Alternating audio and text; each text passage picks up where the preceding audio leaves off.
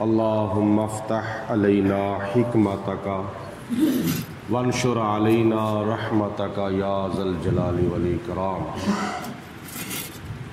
8واں پارہ سورۃ اعراف کی آیت نمبر 26 میں اللہ تعالیٰ نے ارشاد فرمایا، یا بنی آدم، اے حضرت آدم علیہ السلام کی اولاد۔ یہ قیامت تک کے انسانوں کو اللہ تعالیٰ فرما رہا ہے۔ حضرت آدم علیہ السلام ساری انسانیت کے باپ ہیں سوائے حضرت حوا کے۔ حضرت حوا رضی اللہ تعالی عنہا ساری انسانیت کی ماں ہیں سوائے حضرت آدم علیہ السلام کے۔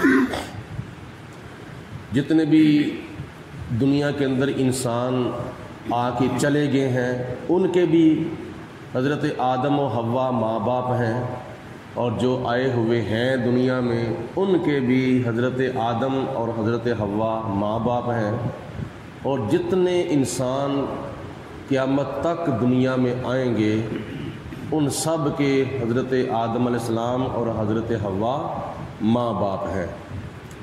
تو اللہ تعالیٰ ہم سب کو ارشاد فرماتا ہے، یا بنی آدم، اے آدم علیہ السلام کی اولاد، قد انزلنا علیکم لباسا، بے شک ہم نے تمہاری طرف لباس نازل فرمایا ہے۔ حضرت آدم علیہ السلام کے لیے اللہ پاک نے جنت سے لباس نازل فرمایا تھا۔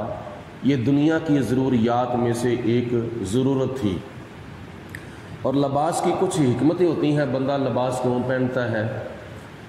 ایک اس کی حکمت دنیاوی ہے، ایک اس کی حکمت دینی ہے۔ دنیاوی اس کی حکمت یہ ہے کہ بندہ سردیوں میں لباس پہنتا ہے اپنے آپ کو سردی سے بچانے کے لیے، گرمیوں میں لباس پہنتا ہے اپنے آپ کو دھوپ سے بچانے کے لیے۔ اور اس کی دینی حکمت یہ ہے کہ اپنا ستر چھپانے کے لیے، جیسا کہ شریعت کا مسئلہ ہے کہ جتنی مرضی مجبوری ہو، مرد کے لیے کم از کم ناف سے لے کر گھٹنوں تک یہ جسم کا حصہ ڈھانپنا نماز کی شرائط میں سے ایک شرط ہے، یعنی ستر عورت جس کو کہا جاتا ہے۔ اور عورت کے لیے سر سے لے کر پاؤں تک سارے کا سارا جسم جو ہے وہ ڈھانپنا یہ نماز کی شرائط میں سے ایک شرط ہے، سوائے ہاتھوں کے، سوائے چہرے کے اور سوائے پاؤں کے۔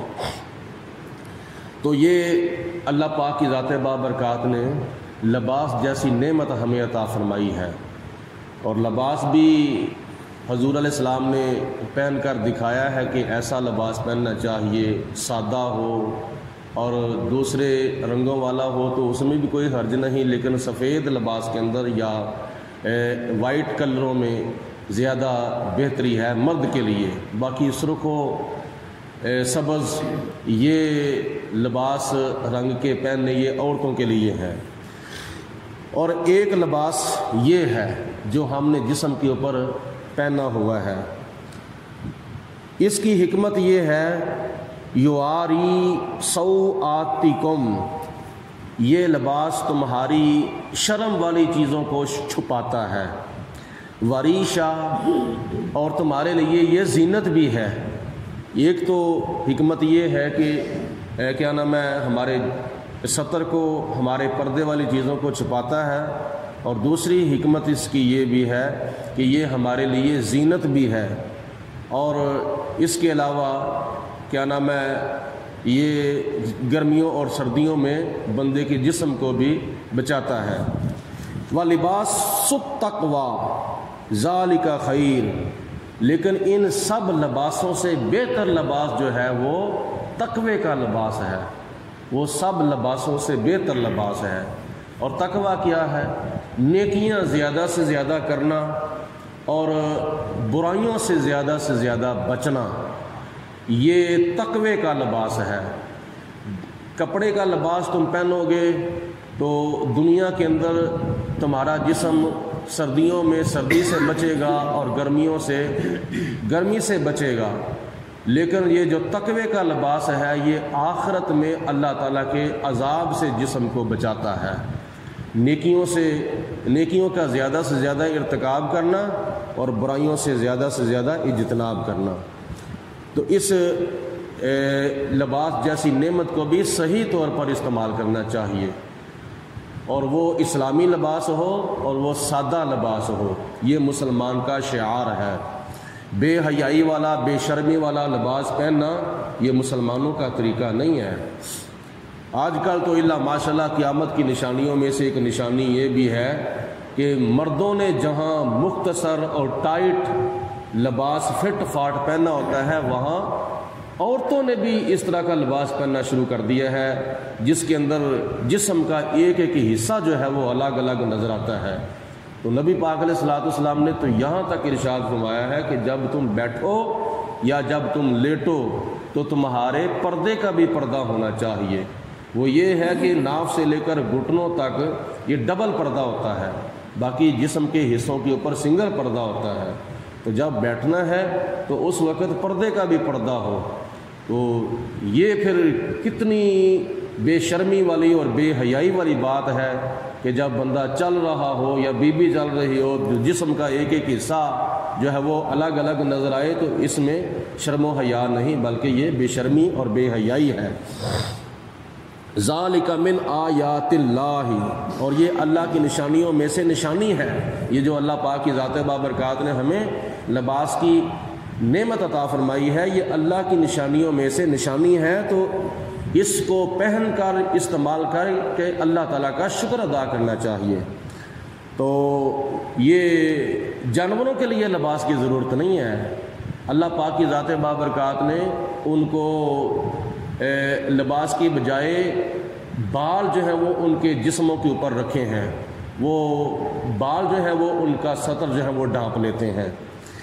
لعلہم یذکرون، تاکہ یہ لوگ نصیحت حاصل کریں۔ یا بنی آدم، اے حضرت آدم علیہ السلام کی اولاد، لا یفتننکم الشیطان، شیطان تمہیں فتنے کے اندر مبتلا نہ کر دے، کما اخرج ابویکم من الجنۃ، جیسے شیطان نے تمہارے ماں باپ کو جنت سے باہر نکالنے کا سبب بنایا تھا۔ وہ سبب کیا بنایا تھا؟ شجر ممنوعہ کا دانہ کھلایا تھا، جیسا گزشتہ آیات بینات میں آپ نے سنا ہے۔ شیطان نے جنت میں حضرت آدم اور حضرت حوا کو شجر ممنوعہ کا دانہ کھلا دیا تھا، جو کہ جنت سے باہر نکلنے کا سبب بنا تھا۔ ینزع عنہما لباسہما، اور اس وجہ سے ان کا لباس جو تھا وہ جنتی لباس وہ اتر گیا، اور یہ شیطان نے سبب پیدا کیا، اور اس کا مقصد یہ تھا لیریہما سوآتہما، تاکہ ان کی شرم والی چیزیں جو ہیں وہ ان کو ظاہر کر کے دکھا دے، ان کا سطر جو ہے وہ ظاہر کر دے، یہ اس کا مقصد تھا۔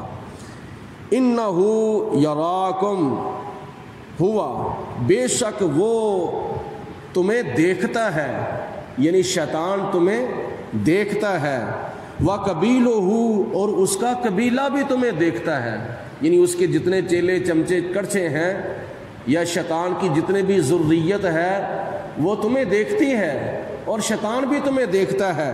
من حیث، جہاں سے لا ترونہم، تم وہاں سے ان کو نہیں دیکھتے، یعنی شیطان اور شیطان کے چیلے تمہیں دیکھتے ہیں لیکن تم شیطان کو اور شیطان کے چیلوں کو نہیں دیکھتے۔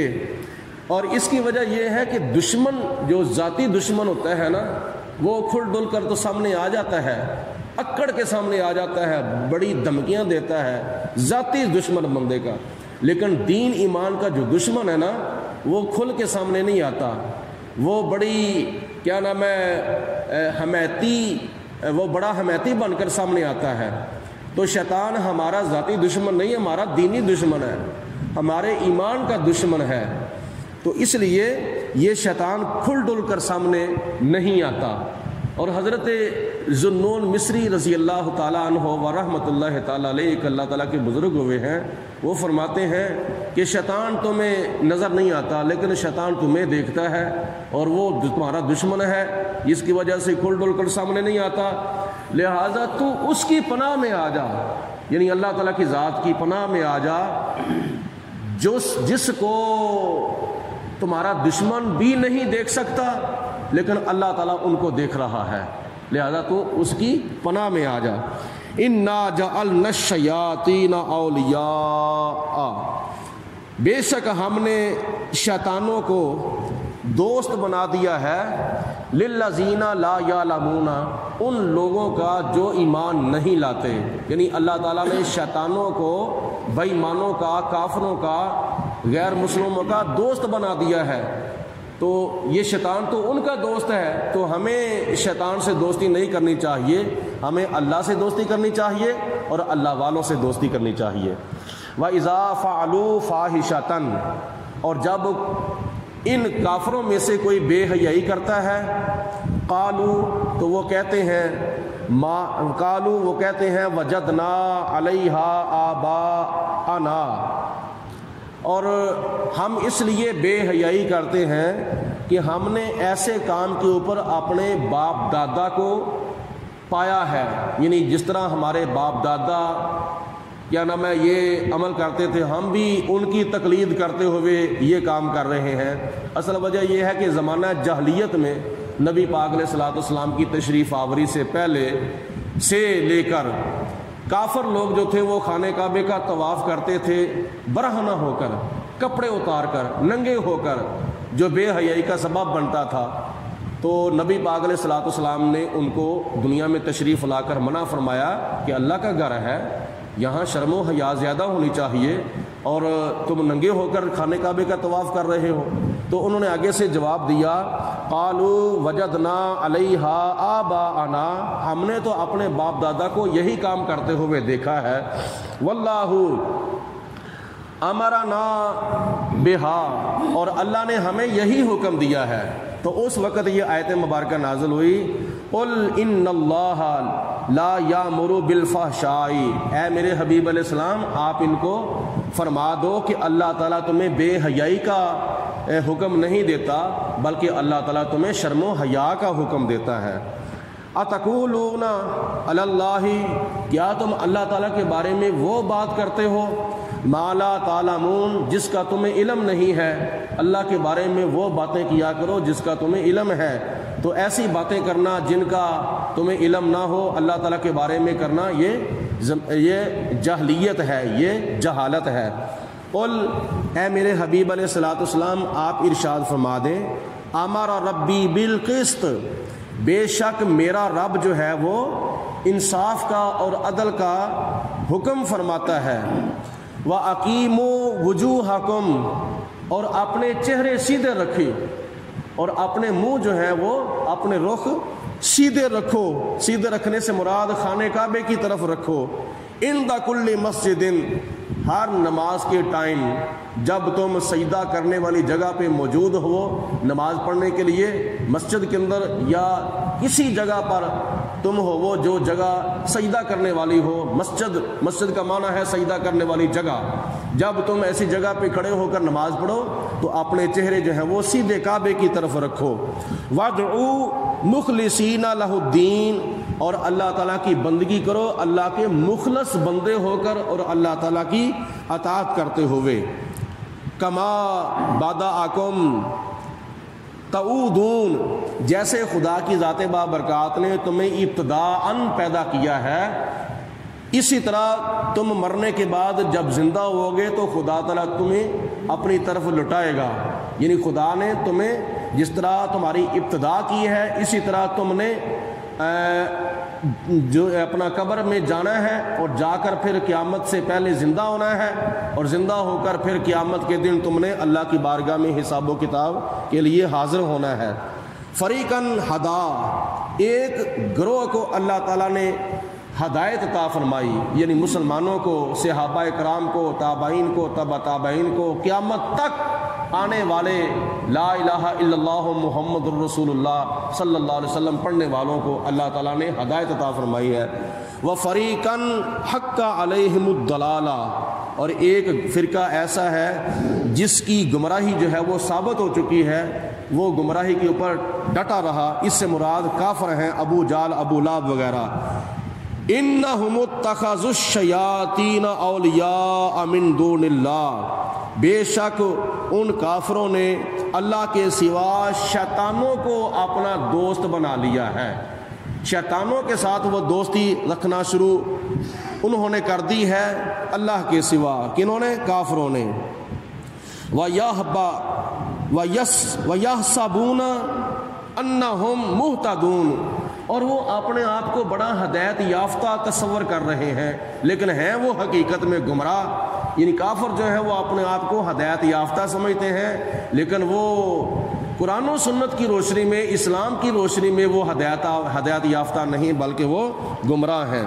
اپنے خیال میں وہ ہدایت یافتہ ہیں۔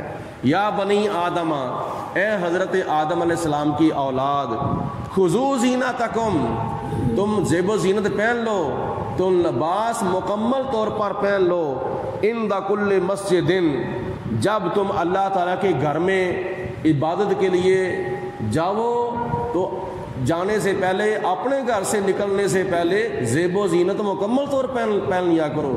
یہ ہمارے لیے ایک سبق بھی ہے کہ جب ہم اللہ تعالیٰ کے گھر میں آتے ہیں، ہماری شلوار بھی ہوتی ہے، ہماری قمیض بھی ہوتی ہے، جسم کا سارا لباس ہوتا ہے، لیکن جب سر کی باری ہوتی ہے تو سر ننگا ہوتا ہے۔